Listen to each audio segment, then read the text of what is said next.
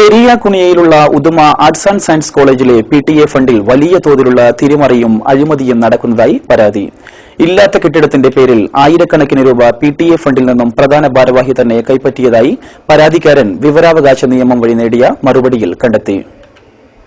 നിലവിൽ കുണിയയിൽ പ്രവർത്തിച്ചു വരുന്ന ഉദുമ ആർട്സ് ആൻഡ് സയൻസ് കോളേജിന്റെ ആരംഭഘട്ടത്തിൽ തന്നെ പലതരത്തിലുള്ള തർക്കങ്ങളും ആരോപണങ്ങളും ഉയർന്നു വന്നിരുന്നു. കഴിഞ്ഞ UDF ഭരണകാലത്ത് അനുവദിച്ച കോളേജ് ജില്ലയിലെ ഒരു വിഭാഗം കോൺഗ്രസ് നേതാക്കൾ സമ്മർദ്ദം ചെലുത്തി കാഞ്ഞിരടുക്കത്ത് സ്ഥാപിക്കുന്നതിന് നീക്കുപോക്കുകൾ നടത്തിയിരുന്നു.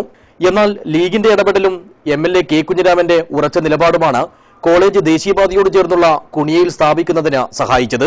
ഭൗതിക സാഹചര്യങ്ങളൊന്നുമില്ലാത്ത പരിതസ്ഥിതിയിൽ പ്രവർത്തിച്ചു വരുന്ന കോളേജിൽ വിദ്യാർത്ഥി പ്രക്ഷോഭങ്ങളും മറ്റുമായി തുടക്കത്തിൽ തന്നെ കല്ലുകടികൾ ഉണ്ടായിക്കൊണ്ടിരുന്നതും കോളേജിന്റെ ഭാവി പ്രവർത്തനത്തിനും വികസനങ്ങൾക്കും വിലങ്ങുതൊടിയായി മാറുമെന്ന ആശങ്ക നിലനിൽക്കുമ്പോഴാണ് PTA ഭാഗത്തുനിന്ന് വലിയ തോതിലുള്ള അഴിമതി ഉണ്ടായതായുള്ള ആരോപണവും പുറത്തുവരുന്നത്.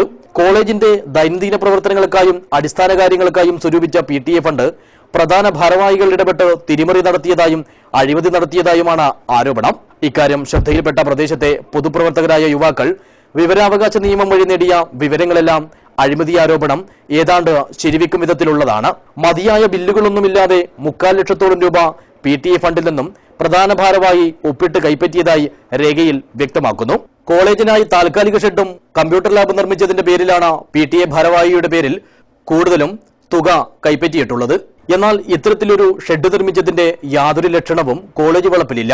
ഏതാനും മടൽ ഓല കൊണ്ടിട്ടത് മാത്രമാണ് ആകെ കാണാൻ കഴിയുന്നത്. ഇക്കാര്യത്തെക്കുറിച്ച് പ്രിൻസിപ്പലിന് കാര്യമായ അറിവോ വിവരമോ ലഭിച്ചിട്ടുമില്ല.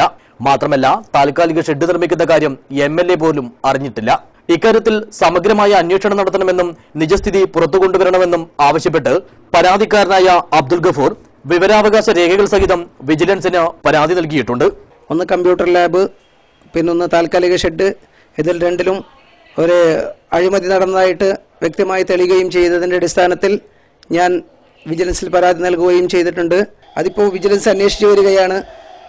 അത് കാരണം ഇവർ ഡ്യൂപ്ലിക്കേറ്റ് ബില്ലുമായിട്ട് പുതിയ ബില്ലുണ്ടാക്കി ആ ബില്ലും കൊണ്ട് ഇപ്പം നടക്കുകയാണ്. കോളേജിൽ അത് സമർപ്പിക്കാൻ വേണ്ടി ഞാൻ ചോദിക്കുന്ന സമയത്ത് അവിടെ ബില്ലും കാര്യമൊന്നും ഉണ്ടായിട്ടില്ല.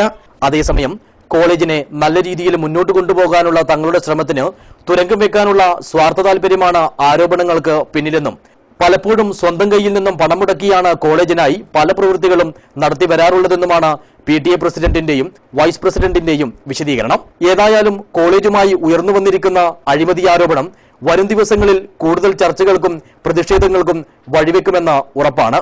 News bureau, Uduma.